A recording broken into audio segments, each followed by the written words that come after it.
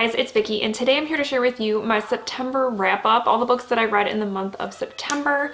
I read a total of 8 books, 3 of which I read during the Buzzword Readathon, which I've already wrapped up for you all if you want to go check out that video. So I do have 5 more books here to talk about, and I also am taking part in the Fall Into Reading Challenge, which started in September and goes through the end of November, and I managed to fill in a little bit of my bingo board, so I'll tell you guys about that too. So yeah, let's go ahead and get into it. So the first book that I completed in the month of September was a carryover from August, and that is North and South by John Jakes. This was the pick for the Random Reads book club that Bobby and I lead, and yeah, this is a historical fiction dealing with the Civil War. The book centers around 2 families, the Hazards and the Maines. The Hazards are from Pennsylvania, so they're from the north, and the Maines are from, I believe, South Carolina in the south. And our 2 main characters, one is from the Hazard family, one is from the Maine family, and they meet while they're at West Point and become good friends, and so that's kind of how their families get connected to each other, through this friendship. And this book takes place, it begins about 20 years before the Civil War and takes you all the way up to the start of the war. And you just sort of see how these 2 families are affected by the oncoming war, how it affects their relationships with each other, and just kind of what the political climate was like in those 20 years leading up to the war. I think that overall this was a good book. There was a mixture of the historical stuff and the, family drama, friendship drama, and all of that. It was an interesting mix. I did find sometimes the historical stuff was would bog the story down a little bit because of the way John Jakes would kind of do it. He would just kind of dump a bunch of information on you in one chapter, let's say, and then go back to what was going on with the families. And so those kinds of sections did get a little bogged down to me. And the family drama, at times, was a little bit over the top, but it was fun. It was okay. I liked it. So overall, I think that this was an interesting Civil War book, but I don't think I'm going to continue with the series. There are 2 more books in the series. The second book deals with the war, and the third book deals with the aftermath, the reconstruction, and all that. And I just don't think that this book, though it was a good read, it didn't grab me enough to make me want to continue reading 2 more big chunky books about these characters. So I'm going to go ahead and just watch the miniseries that came out in the 80s to find out what happens, because I just don't want to dedicate the time to, reading the rest of the series. So this wasn't bad, but I wish that I had gotten more invested in the characters. But for a Civil War story, it was pretty good, and I gave it 3 out of 5 stars. Next up, I read another book that carried over from August, and that was Mexican Gothic by Silvia Moreno Garcia. And this was a Gothic tale about a young socialite named Noemi who is living in Mexico City, and she gets this letter from her cousin, who I cannot remember her name, but she gets this letter from her, and it's a very strange letter, and it leaves Noemi feeling very concerned for her cousin, and so she decides to go where her cousin is living, which is with her new husband and his family in this big, huge house up on this sort of mountainous area. So it's kind of secluded, and so she heads there, she gets there, and definitely there's some weird stuff going on in the house. There's some weird stuff going on with the family, and the story just sort of goes from there. So I think the biggest thing that a lot of people had issue with this book was the pacing. A lot of people said it had a very slow start. I didn't feel that way.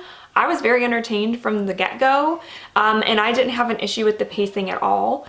And then another thing I know some people didn't like was the twist that happens, and it was pretty different in my opinion, and I liked it. It was a little, like I said, a little different, maybe a little weird, but I thought it was kind of cool, and I liked it. I think that the Gothic elements were spot on. If you like Gothic books, then this is definitely a book for you. I know some people don't like Gothic stuff, and so they might not, but if you're into Gothic, you definitely would like this book.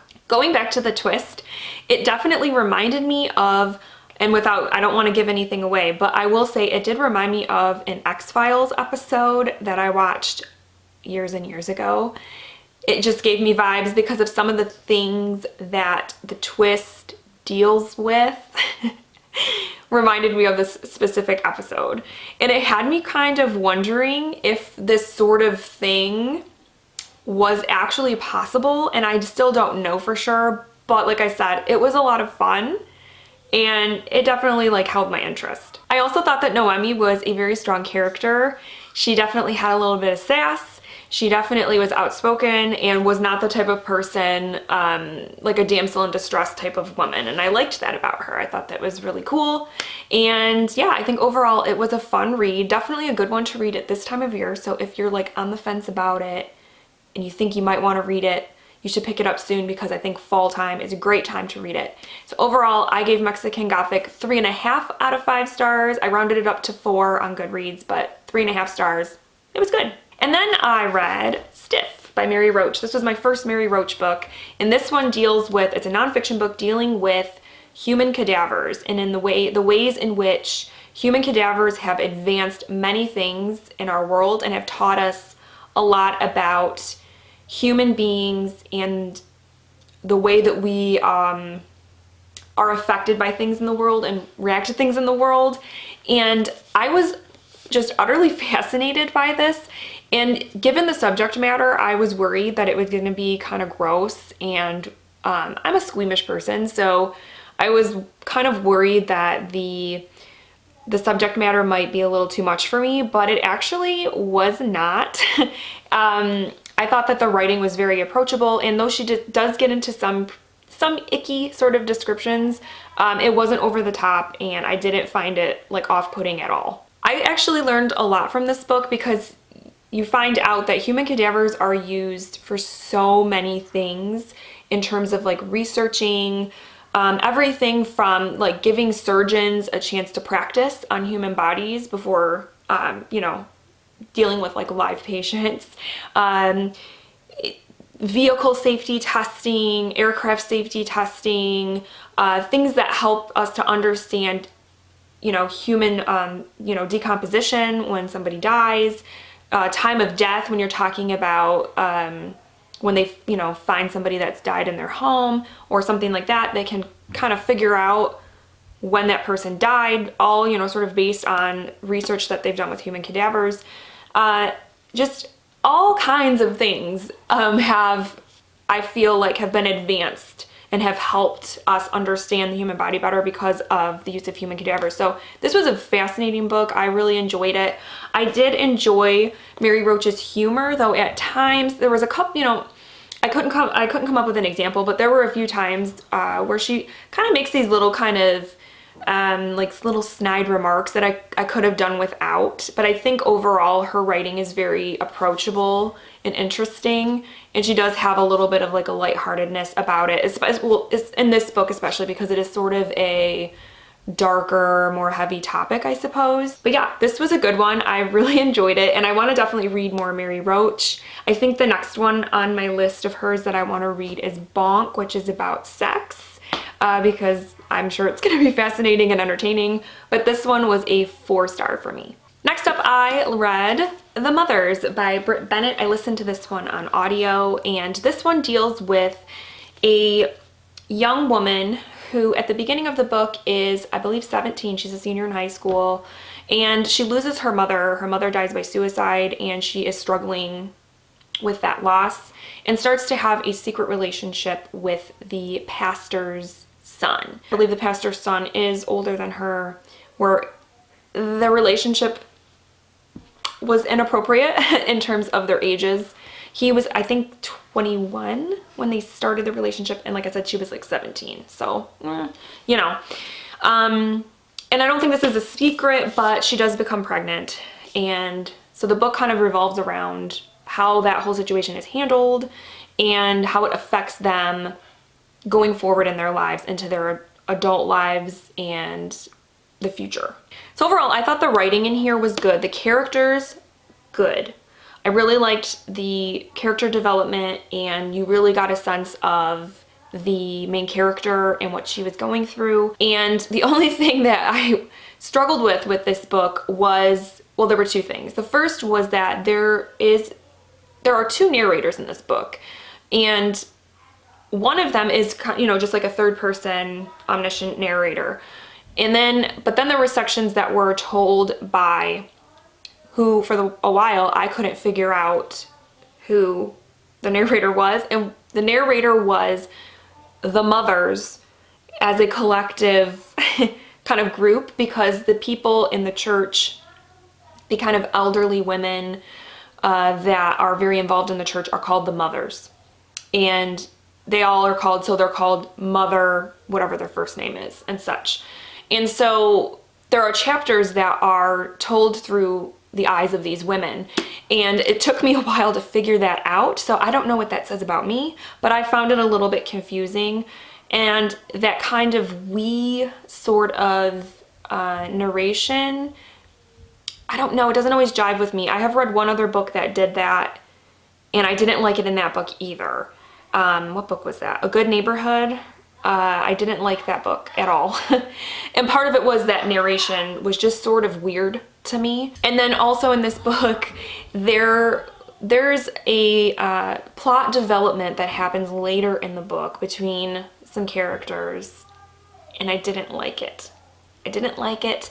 And then the ending was very, very open-ended, which isn't always a bad thing, but I think in this situation, I wanted more closure. I wanted more answers.